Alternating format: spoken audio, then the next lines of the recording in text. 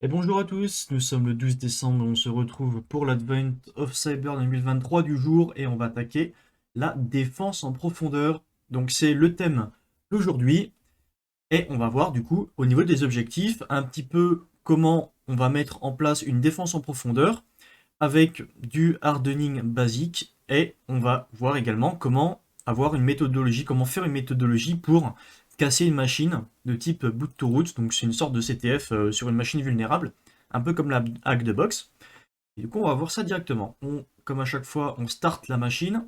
Alors ici, j'ai utilisé le VPN, comme on peut voir ici, pour éviter d'utiliser l'attack box parce que, bon, bon, je vais, je vais pas en dire plus de ce côté-là, mais on sait ce que vaut l'attack box. Du coup, je vais le faire depuis ma machine, ce sera bien mieux. Ici, on nous donne les credentials si on veut se connecter directement sur le SSH, mais pour l'instant, on n'en a pas besoin. On a l'adresse IP de la machine.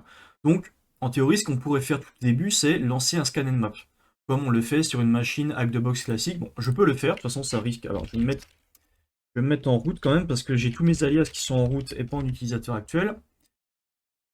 Alors, j'ai un alias qui s'appelle scan. Et on peut voir ici, en fait, ça fait un nmap -A, donc pour le mode agressif, qui fait un traceroute, qui fait un -SV, un -SC pour les scripts, SV pour les versions de tous les ports qu'il va trouver. Je crois qu'il fait un -O aussi pour l'OS, pour l'OS détection. On va faire le -P- pour scanner tous les ports, de 1 à son 5535. Et on va également faire un -minrate 5000 pour envoyer minimum 5000 paquets par seconde pour que ça prenne moins de temps possible, avec derrière évidemment notre cible. Donc on va lancer le scan. Bon là en théorie, pour ces troubles on n'en a pas besoin, mais normalement c'est comme ça que la méthodologie devrait... Enfin, c'est comme ça qu'on devrait suivre au niveau de la méthodologie. On commence par un scan mmap pour faire de l'énumération. Ici, bon, en fait on nous donne directement que le port 8080 pour du Jenkins, donc on peut directement aller dessus. Mais en soi, normalement, on n'est pas censé le connaître à la base, et c'est Nmap qui va nous ressortir ça. Voilà, on peut voir qu'ici, il y a un port 22, qui est le SSH classique, et on peut voir sur le port 8080 qu'on a du Jenkins, donc version JT 10.0.15. Donc là, on pourrait voir peut-être que il y a comment ça s'appelle, une vulnérabilité par rapport à ce CMS, par rapport à la version de ce qui est dessus. Donc là, on pourrait chercher sur Google, par exemple, JT 10.0.15 exploit, voir des trucs sur GitHub si on a des exploits publics déjà présents, ce genre de choses. Bon là, c'est mal sécurisé. Pourquoi? Parce que par défaut, bah, en fait, on accède directement au dashboard. On a vu que là, on n'a pas eu besoin de se connecter ni quoi que ce soit. Normalement, il y a quand même un login, un mot de passe pour accéder au panel admin. Là, c'est configuré par défaut pour directement avoir accès à ça. Donc, c'est très peu sécurisé. Donc là, c'est ce qu'il nous dit. Alors, on va déjà revoir un petit peu les questions pour savoir à quoi on doit répondre. Donc ici, tout au début, première question, quel est le port par défaut pour Jenkins? Bon, on a vu que c'était le 8080, mais on pourrait vérifier ça en allant sur Google. On met Jenkins default port number par exemple, et normalement on va voir que c'est le 8080. Voilà, donc on a notre réponse directement avec Google. Ensuite, on va nous demander quel est le mot de passe de l'utilisateur Tracy. Ok, donc on sait qu'on va falloir retrouver ça. Le root flag. Et ensuite, quelle est l'erreur message quand on retire Tracy du groupe sudo c'est qu'on fait un sudo-l. Ensuite, quel est le flag SSH, quel est le flag de Jenkins, et après on a terminé. Bon, ok. On voit à peu près ce qu'on doit faire.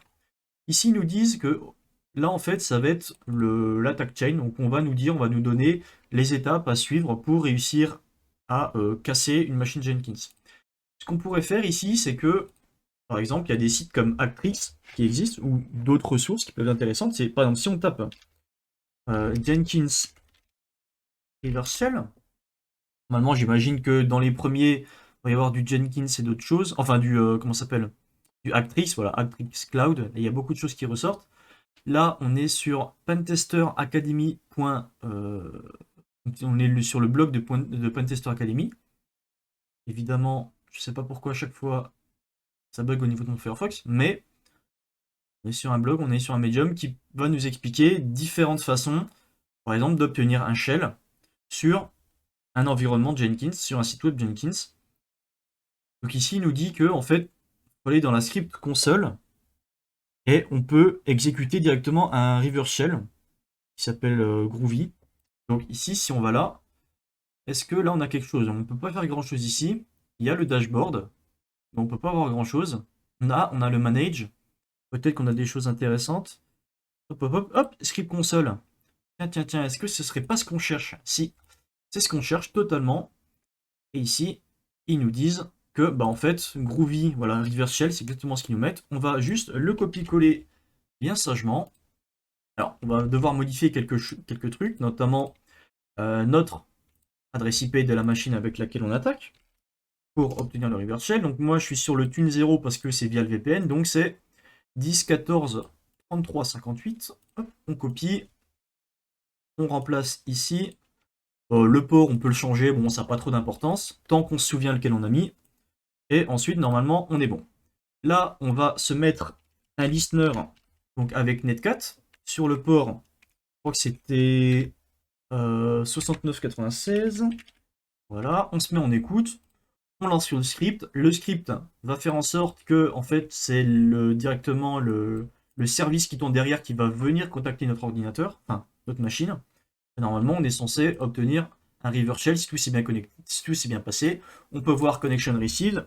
Si je fais un ID, on peut voir que je suis bien connecté en tant que Jenkins, sauf que là, le shell est moche. Donc, on va essayer de le rendre un peu plus beau. Pour ça, on va exécuter une commande en Python. Donc, on fait un import pty, pty.spawn, voilà, /bin /bash, hop, hop, hop, hop. Et normalement, voilà. Là, on a un shell un peu plus joli. On peut exécuter des choses. Donc, là, si on fait un pwd pour voir où est-ce qu'on est, on est dans le répertoire par défaut du site web qui est dans var lib Jenkins. Si je fais un ls-là pour voir s'il y a des fichiers dedans, ici on peut voir qu'on a un bash history, donc potentiellement on a un config.back, donc un truc de backup. Potentiellement ici on pourrait trouver par exemple des credentials. Là on voit quelque chose qui s'appelle secret. Il peut y avoir des choses qui sont intéressantes. Donc maintenant qu'on a un accès sur la machine, notre but ça va être de gagner en privilège pour avoir plus de droits sur la machine et potentiellement directement la router. Donc pour voir quels sont les utilisateurs qui sont disponibles sur la machine, on va faire un cat /etc/passwd, etc passwd qui est un fichier qui est dispo sur tous les environnements, enfin toutes les machines Linux, et qui nous permet de lister les utilisateurs qui sont présents. Donc ici on peut voir, hop, il y a deux utilisateurs, admin et Tracy. Admin, c'est celui pour lequel on nous avait donné les creds au début. Le début, si on voulait se connecter, voilà, ici. Donc ça, on l'a, mais bon, bref, on s'en fout, on le laisse de côté. Et sinon, on a Tracy. Vous vous souvenez, il va falloir trouver le mot de passe de Tracy. Et dans les questions, donc, bah, on se dit, ok, du coup, on va devoir tenter de se connecter en tant que Tracy. Donc là, on peut énumérer. Donc on avait vu que par exemple, on a un config.xml. Donc si je fais 4 config.xml, on peut voir que dedans, j'ai peut-être des trucs intéressants. Donc là, disable administrative, là, on n'a rien. Paf, paf. Ok, là, il n'y a rien d'intéressant. Markup, bon, il n'y a rien d'intéressant. On peut continuer d'énumérer un petit peu toute la machine. Peut-être que si je fais un ls-a/home, on voit que, ok, il y a le home de Tracy. Donc je peux essayer d'aller voir si elle n'aurait pas laissé une note dedans avec des credentials, sauf qu'on peut voir qu'on n'y a pas accès. Bon, ok. On va se balader un petit peu, on va dans différents répertoires, par exemple OPT. OPT qui est un répertoire dans lequel d'habitude on met potentiellement des scripts ou des choses qu'on a installées. Ici on peut voir que dans OPT, on a un autre répertoire qui s'appelle script. Si on regarde dedans, on a backup.sh, ça commence à être intéressant. Donc si je fais le cat de mon OPT script backup.sh, dedans, qu'est-ce qu'on voit? On voit qu'en fait c'est un script bash classique qui fait un script, enfin qui fait un backup du site Jenkins. Et du coup, pour faire le backup, il se connecte à SSH pour faire du SCP. Et on peut voir qu'il se connecte avec le username Tracy qu'il a mis dedans, en clair, son mot de passe. Donc, on a récupéré là le mot de passe de Tracy. On va pouvoir se connecter en tant que Tracy. Hop, donc le mot de passe, on le rentre. Là, ce qu'on peut faire, alors c'est soit on fait un su Tracy pour se connecter en tant qu'elle sur la machine. Ensuite, on met son mot de passe et on arrive à se connecter par rapport à elle. Soit on peut directement quitter ça, un CTRL-C pour annuler, et on se connecte directement à SSH, comme ça on aura un shell bien propre. On pourra faire des CTRL-C sans casser notre vieux shell tout éclataxe. Donc 10.14.102, 10.14.102, hop, oui, on met le mot de passe qu'on vient de trouver, et on arrive à se connecter sur la machine en tant que Tracy. Je fais un ID, on peut voir que je suis bien connecté en tant que Tracy et je suis également dans l'utilisateur sudo. Donc, je peux faire un sudo-l pour voir si j'ai les droits d'exécuter des actions en tant que sudo, donc peut-être en tant qu'un certain utilisateur. Là, il me redemande mon mot de passe, je le mets. Et ici, on peut voir que en fait, j'ai le droit d'exécuter n'importe quoi en tant que n'importe qui, en tant que Tracy. Donc là, en gros, ça veut dire que je suis root de la machine. Si je fais un sudo dessus, hop, je suis root de la machine et j'ai réussi à compromettre l'entièreté de la machine.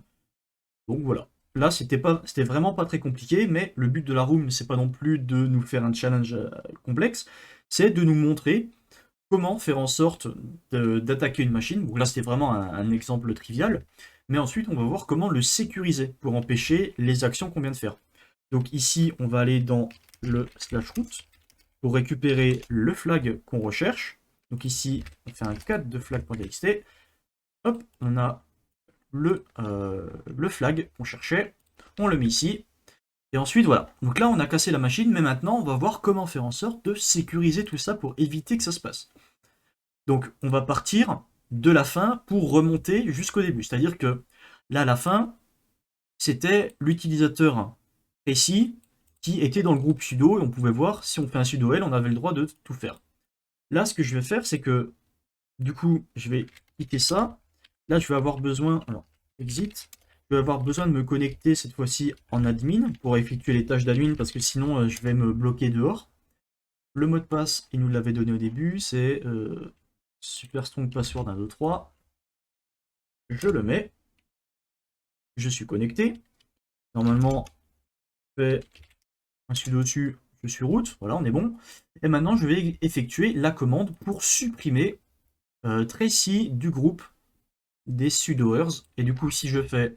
Alors, du coup, je n'ai pas besoin de faire sudo parce que je suis déjà root. Bon, on peut faire exactement comme eux. Voilà, je suis en tant qu'admin. Je vais faire un sudo del user Tracy de sudo. Donc ça veut dire que j'enlève sudo, enfin j'enlève Tracy du groupe sudo. Donc là maintenant, si je me connecte en tant que Tracy, alors le mot de passe, je sais plus exactement ce que j'avais, c'était quoi, c'était ça, donc je vais le récupérer. Hop, je le colle. Là, si je fais un ID, maintenant on peut voir que je suis plus dans le groupe sudo, je suis que dans le groupe Tracy. Si on remonte un petit peu, au début on voyait que voilà, Tracy, quand je faisais un ID, elle était également dans le groupe sudo, là on l'a enlevé. Du coup maintenant, je connecte en tant que Tracy. Si je tente de faire un sudo-l pour lister mes groupes, on remet son mot de passe.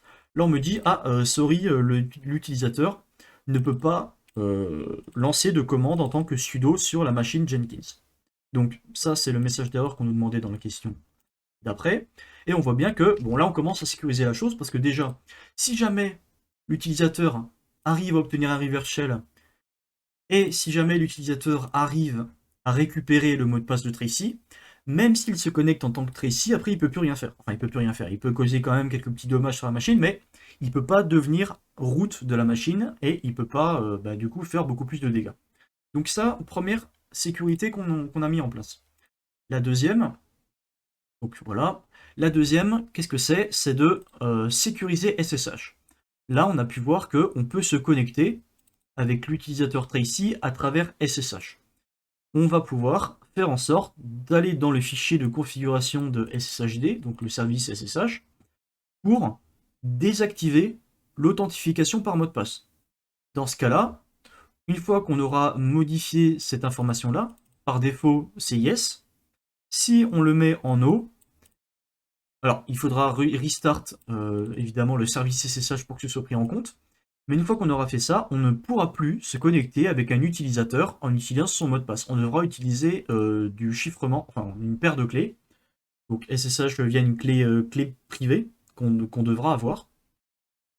Et du coup ça sécurise déjà pas mal la chose parce que on avait réussi à compromettre l'utilisateur, comment s'appelle, Tracy, grâce au mot de passe qu'on avait récupéré dans son, comment s'appelle, enfin, dans un script.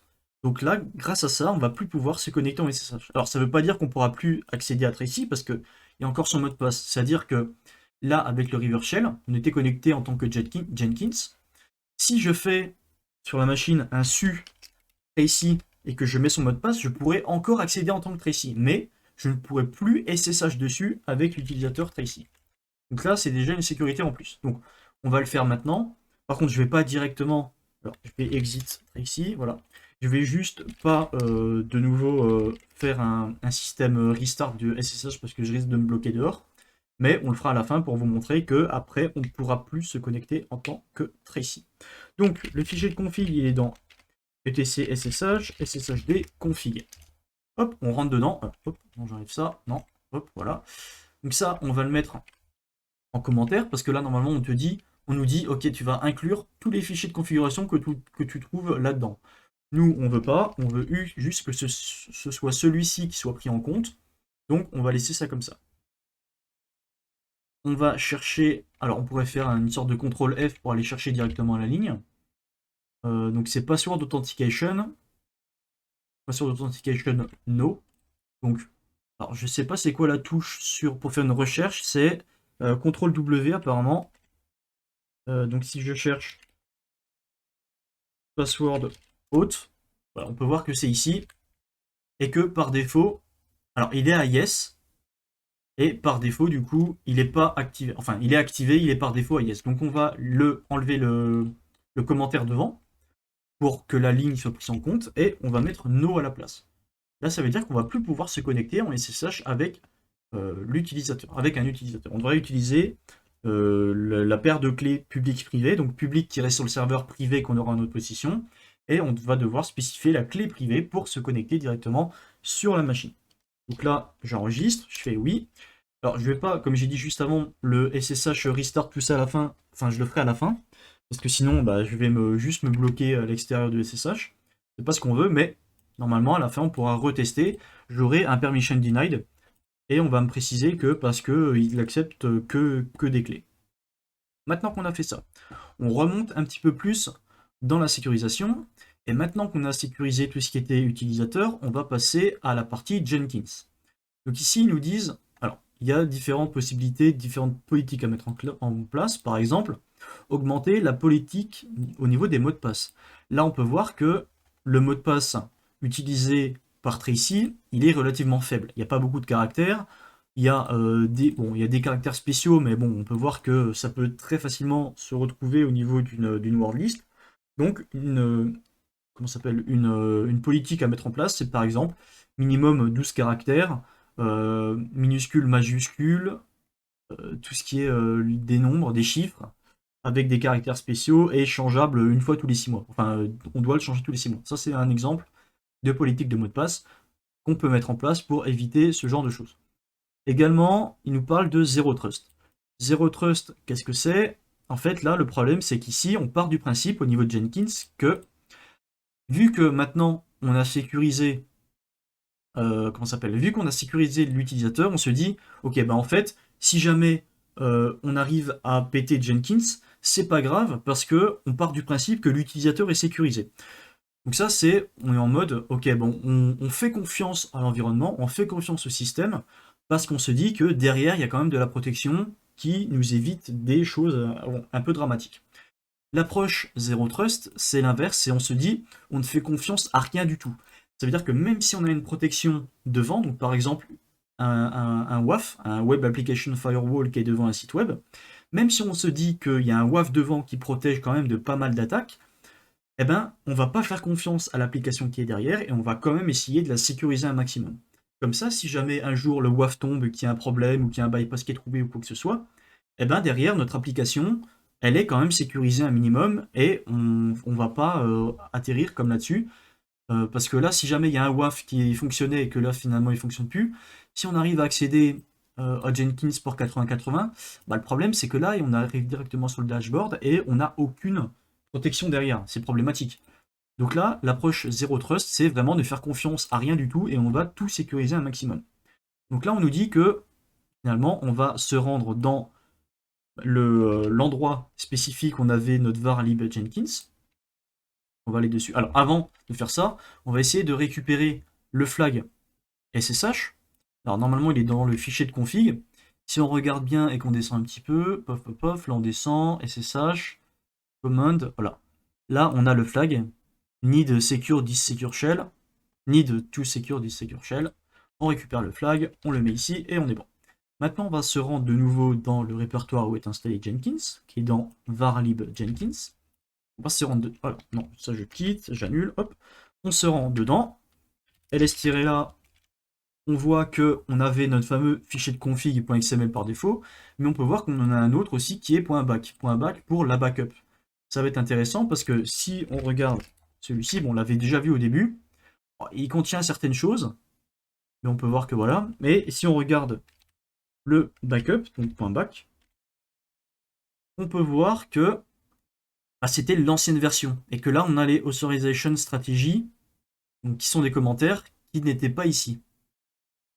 Authorization strategy, voilà, en fait là on avait mis une stratégie qui s'appelait unsecured, alors qu'ici, autorisation stratégie, ici c'est full control on login authorization strategy, machin bidule. Donc là en fait on va utiliser une classe qui permet de mettre en place une stratégie Zero Trust qui est beaucoup plus sécurisée que ce qu'on avait avant. Et ici on remarquera également en commentaire quand on a le flag, le dernier flag qui nous est demandé. On va le mettre ici, hop, ok. On va modifier cette ligne, donc je fais un nano. Alors ce qu'on va faire, c'est que je vais copier le fichier de config qui est fonctionnel, donc le .xml, je vais l'appeler par exemple config.xml.hold pour dire qu'en fait c'est le vieux. Alors je vais même faire un move. Hop, je vais faire un move pour le rename. Alors je vais réussir, ne vous inquiétez pas. Permission denied, évidemment, sudo. Voilà. Donc là, si je fais un ls-là, maintenant j'ai mon .hold, et je vais faire la même, sudo move de mon back, et je vais retirer le .back pour le remettre en fichier de config classique, et maintenant, je vais pouvoir le modifier. Donc config.xml, je vais dedans, là, je vais enlever les commentaires par rapport à ceci, authorization strategy, voilà. Ça, je vais retirer les commentaires à la fin également. Et je vais retirer les commentaires également pour celui-ci, le Security Realm. Voilà. Donc là, normalement, on est bon. On va pouvoir restart Jenkins. Là, je vous montre bien que ici, si on arrive dans le truc de base, on est sur le dashboard, comme on était au début. Là, j'ai mis à jour ceci. Je vais faire un sudo, alors sudo systemctl restart Apache, page 2. C'est pas Apache 2. Est-ce que c'est du Nginx? Qu'est-ce qu'on a? Alors attendez. Paf, paf, paf. On est sur du config. Ah, c'est Jenkins, d'accord. Donc c'est carrément Jenkins. Je restart le service pour que les modifications soient prises en compte. Hop, sudo restart. Donc là, ça va prendre un petit peu de temps une fois que c'est restart. Et on va pouvoir vérifier qu'on n'a plus accès directement au panel admin et qu'on va nous demander un login mot de passe. Donc là, je refresh. Et normalement, paf, maintenant on nous demande de nous connecter. Donc la politique de sécurité a bien été prise en compte. On n'arrive plus directement sur le dashboard. On va avoir besoin de credentials pour se connecter à Jenkins.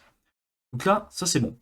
Maintenant, si je fais mon comment s'appelle mon système, alors pareil, sudo system ctl restart ssh. On a bien restart SSH. Bon alors, finalement, ça m'a pas dégagé, donc ok, ça fonctionne toujours. Là, si je tente de me reconnecter avec Tracy, alors SSH, Tracy, ok, c'était pas, j'ai pas retenu. Donc ici, c'est l'adresse IP suivante.